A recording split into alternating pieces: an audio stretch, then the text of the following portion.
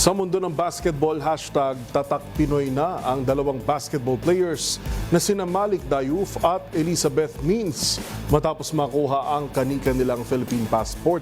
Ang dalawa may go signal na para magsuot ng tricolors ng Pilipina o ng Gilas Pilipinas 3x3. Ang mga detalye sa report ni Matchpoint, Millie Borja.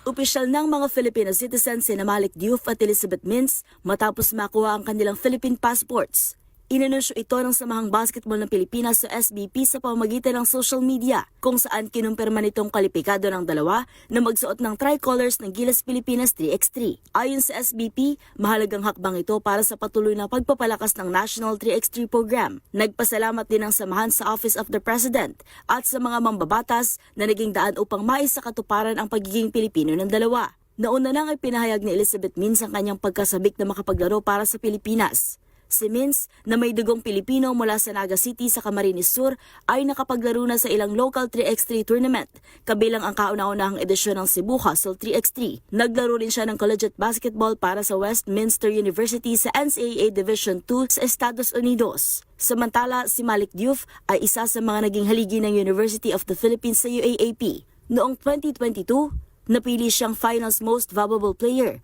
at itinanghal din bilang pinakamahusay na individual na manlalaro ng season.